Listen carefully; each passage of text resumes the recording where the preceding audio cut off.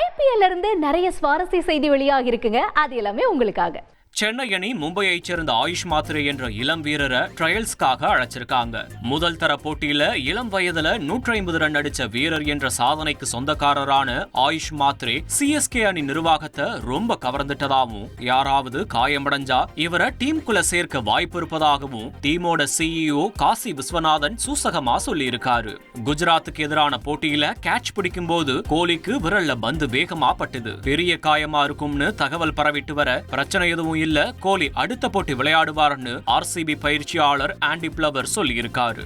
அப்படியே கட் பண்ணா குஜராத் டைட்டன்ஸ் வீரர் ககிசோ ரபாடா சொந்த காரணங்களுக்காக தென்னாப்பிரிக்கா போயிட்டாரு. பெங்களூருக்கு எதிரான போட்டியில அவர் விளையாடாத சூழல்ல எப்ப திரும்புவார்னு தகவல் வெளியாகல. CSK RCB மும்பை இந்தியன்ஸோட ஃபேன்ஸை வச்சு மீம் வீடியோ ஒன்னு வெளியாகி இருக்கிறது பலரோட கவனத்தை ஈர்த்திருக்கு.